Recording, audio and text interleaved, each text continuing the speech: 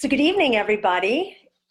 I am very excited to be here this evening to share with you some information about the watershed approach for California landscapes.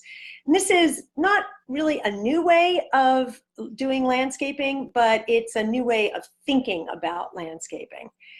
So here it is. This is the watershed approach. Here's the challenge that we have. In order to combat drought, this kind of landscape was proposed as a way to save water.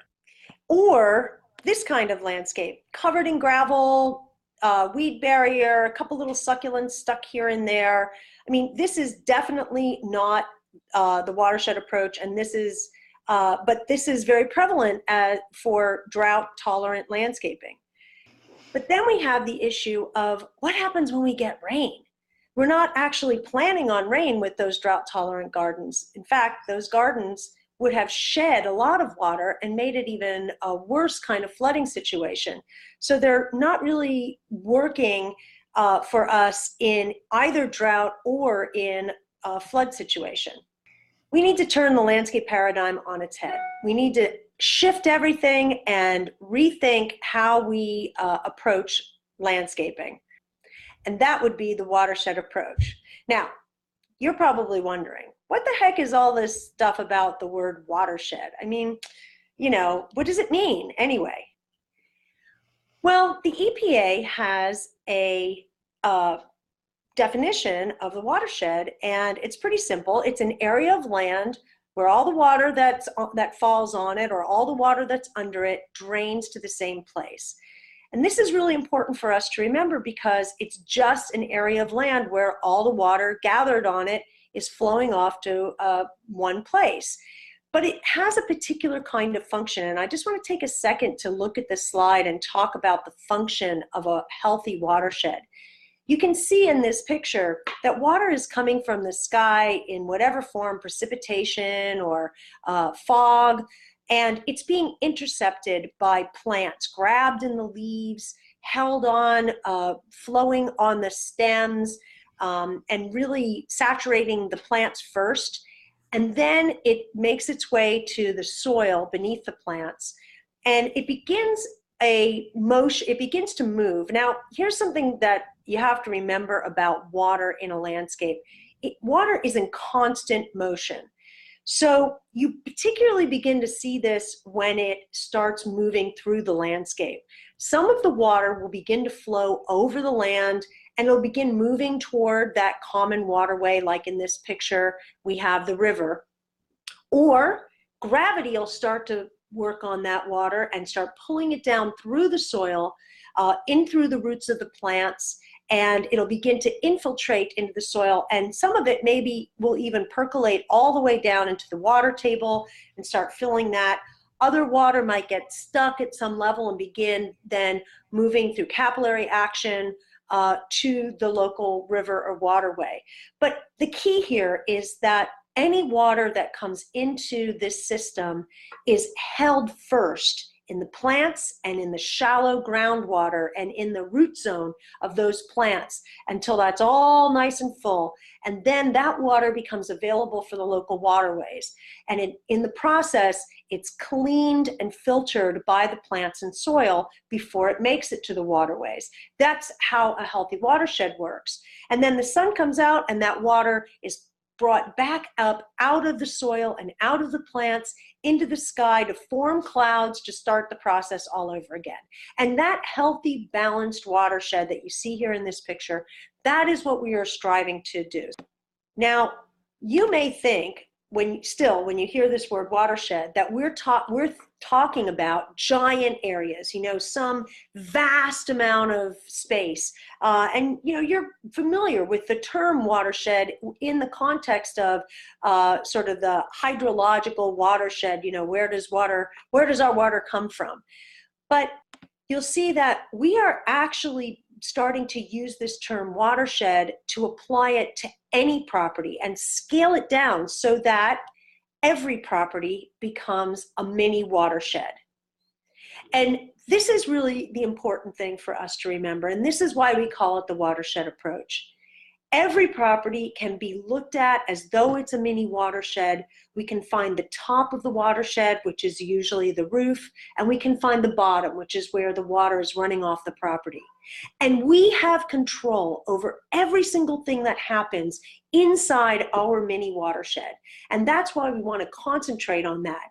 And if every single one of us treated every property as though it were a mini watershed and applied the principles that we're going to talk about to that watershed, we would actually have greater environmental benefits for the whole watershed. And that's really where we're coming from with this.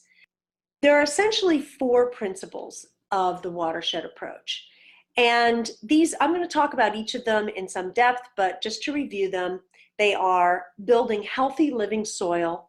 And this is really called making a soil sponge. It holds on to water when there isn't a lot of it out of there, and it also releases water when there is too much. Works as a perfect sponge. And that's a really important fundamental thing for us to be building. The second thing is rainwater is a resource. And we'll talk a little bit about that in a second. Then climate appropriate plants. And part of climate appropriate plants is actually also no invasive plants. Really, we want to be rebuilding an ecosystem that benefits all of the creatures, humans included, but all the creatures in that environment. And so climate appropriate plants needs to include no invasives. And then finally, we have highly efficient irrigation, but only when necessary. And there are a couple pieces to this. The first is that the equipment and the design and the management of the irrigation is very efficient, but also that you're only using it when you don't have sufficient rainwater. And then also, you're thinking about irrigation from the point of view of how do I reduce the amount of potable or drinking water that I'm applying to the landscape? So you would be looking first to using rainwater as irrigation, and you'd be looking then to maybe gray water, and then maybe after that recycled water, and finally potable water only as a last resort.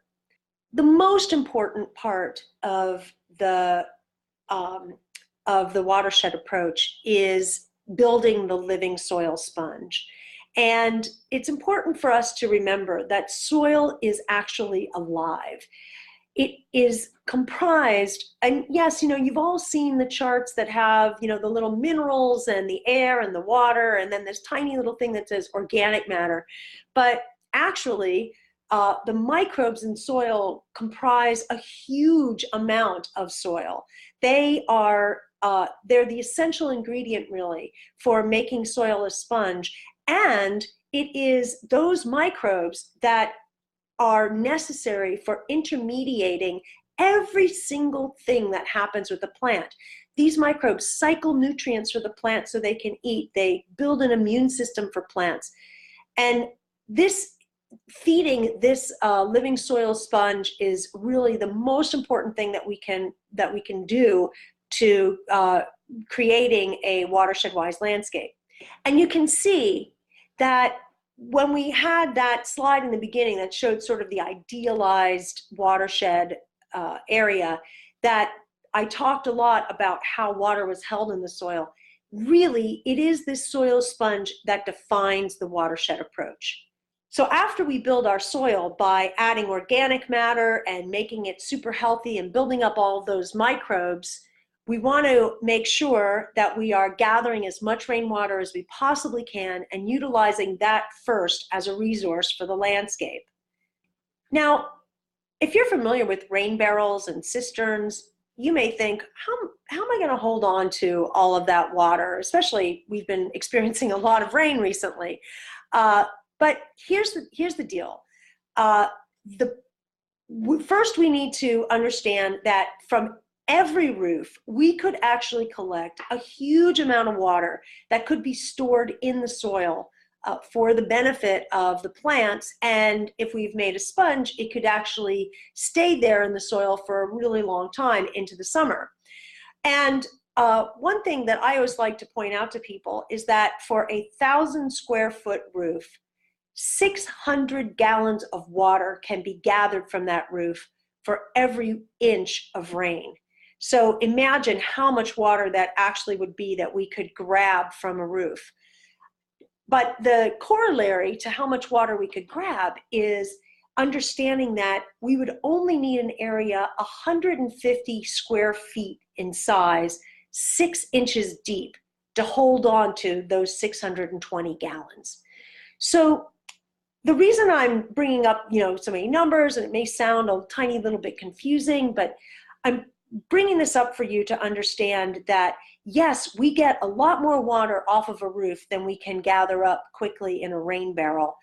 If we put it in the soil, we don't need that much space in order for it to be that first 1 inch, which is the most important and polluted part that we really want to hold on to.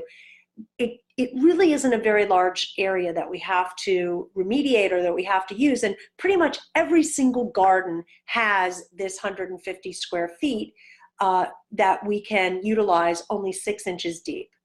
So as I said, the soil is actually creating a storage area that is far greater than any cistern or any barrel could ever create.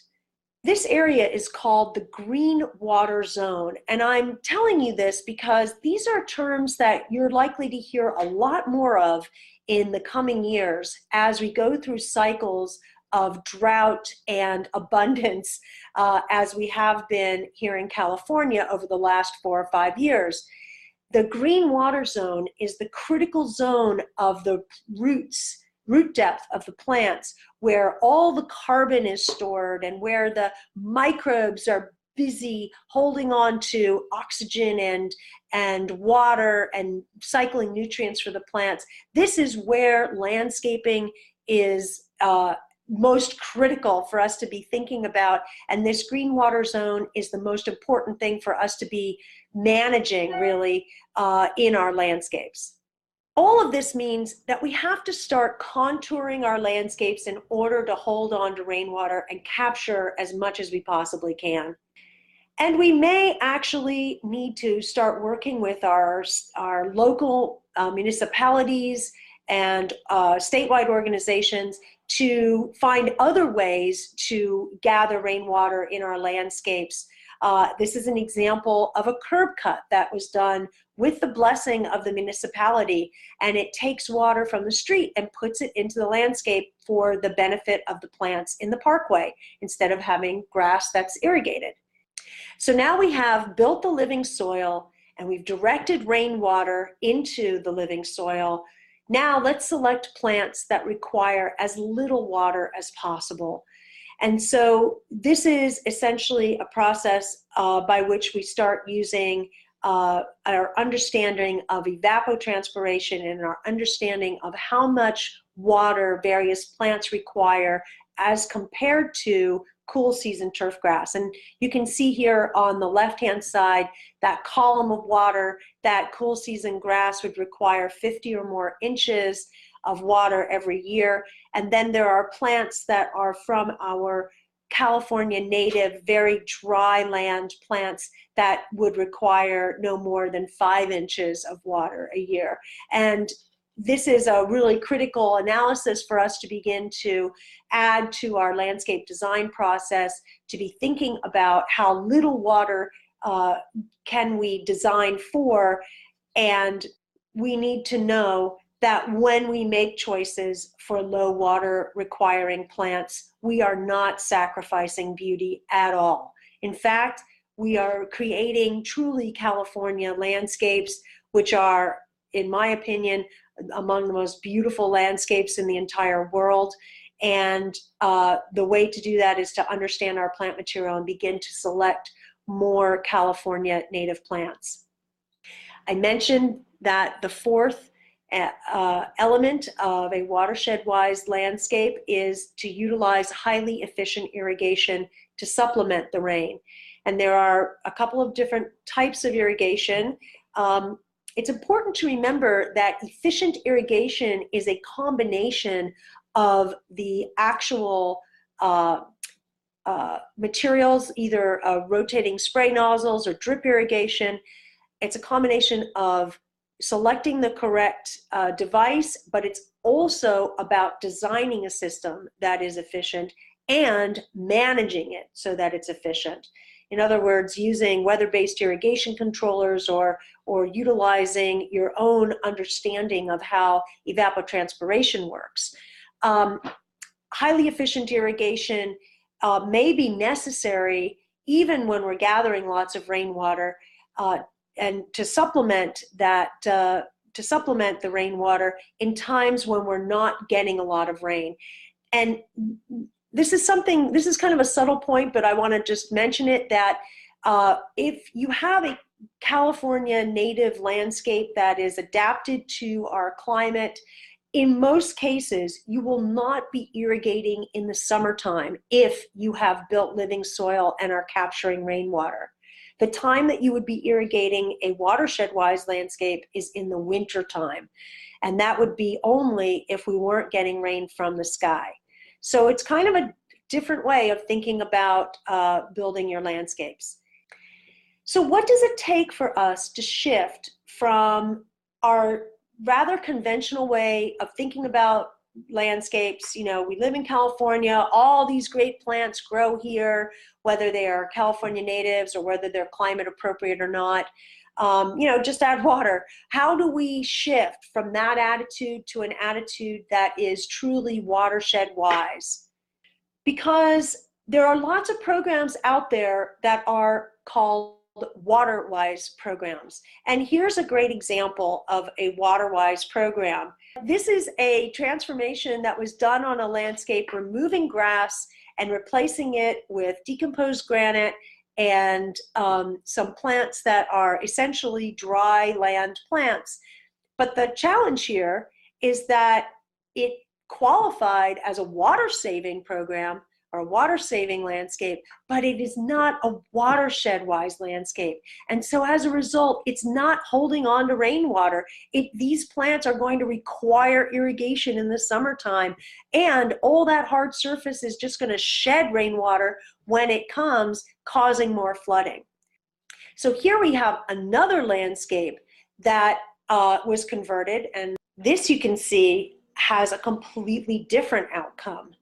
This landscape is a landscape that holds on to water. Look at all that mulch. We have California native plants. We're using drip irrigation.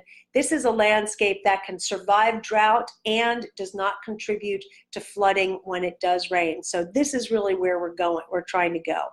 We have found that in order to make the shift from the old way of landscaping to watershed-wise, that people need some clear guidance. Look at this happy guy. He's so happy because he spent about $700 completely converting his front yard with some guidance. G3 has actually created several standard books sets of metrics for various water agencies and nonprofits. You can go on our website, greengardensgroup.com, to download any one of the 3 books that you see on your screen, or the Surfrider Ocean Friendly Gardens parameters in order to get a Surfrider sign on your landscape. And we've also worked very closely with water agencies to help develop new types of turf removal rebate standards, which is really the next generation of cash for grass programs.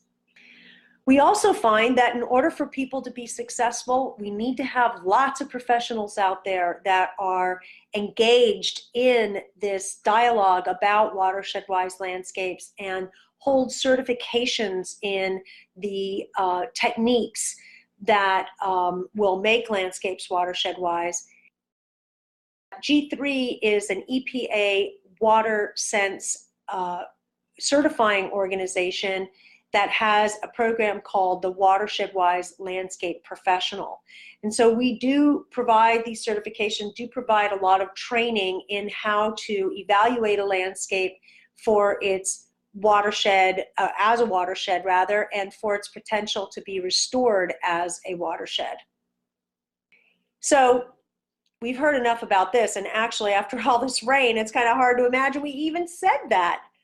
But we see that this idea that in times of drought, that just turning off our sprinklers or just building landscapes that are purely thinking about how to save water are not going to help us in the long term, because when that rain does come, we're going to be even in deeper trouble. I almost said deeper water. So we really need to focus on building the soil and on building that sponge and making the landscape something that is functioning as a healthy and resilient landscape, whether we have drought or flood. So we're just not going to go back to the old way. The old way, even though the rains have come, we're not going back to the days of fertilizers and pesticides and herbicides and just adding as much water as we want because it happens to be there in the, in the dams. We're going to start thinking differently. We're going to start thinking about how do we have landscapes that can be beautiful with less impact. And this is an example of a landscape that doesn't have any herbicides applied to it. And you can see, as a result, it's not just a big green carpet, but everybody can still play on it, dogs and people, and you can roll around in it and not worry about getting pesticides and so forth on you. So Watershed Wise applies to the landscape, it applies to commercial sites, it applies to residential sites, and it even applies to these little parkway strips in between the street and the sidewalk where we used to have turf grass and now we could have strawberry, which is what you see in this picture, the California native strawberry. And Stephanie promised me that I could do a little plug before I went into showing you some of the beautiful pictures of Watershed Wise landscapes. This is a plug for our upcoming Soil Summit in Los Angeles, August 7th through 9th. It's an amazing experience to learn more about how soil how we interact with soil in urban environments and suburban environments to the benefit of landscapes and people. And now I'd just like to show you some landscapes that are watershed wise. You can see from these pictures that we have high schools, we have colleges, we have city halls, and they're all different. All the landscapes look different. There's a residential landscape in San Diego and residential landscapes in West Los Angeles, and they can be Spanish, they can be modern, they can be any Tudor, any kind of home, any kind of landscape. But what's important is how they are functioning. And so you see they're in Ventura. This is the watershed approach, and I'm happy to answer questions when we go to the Q&A time.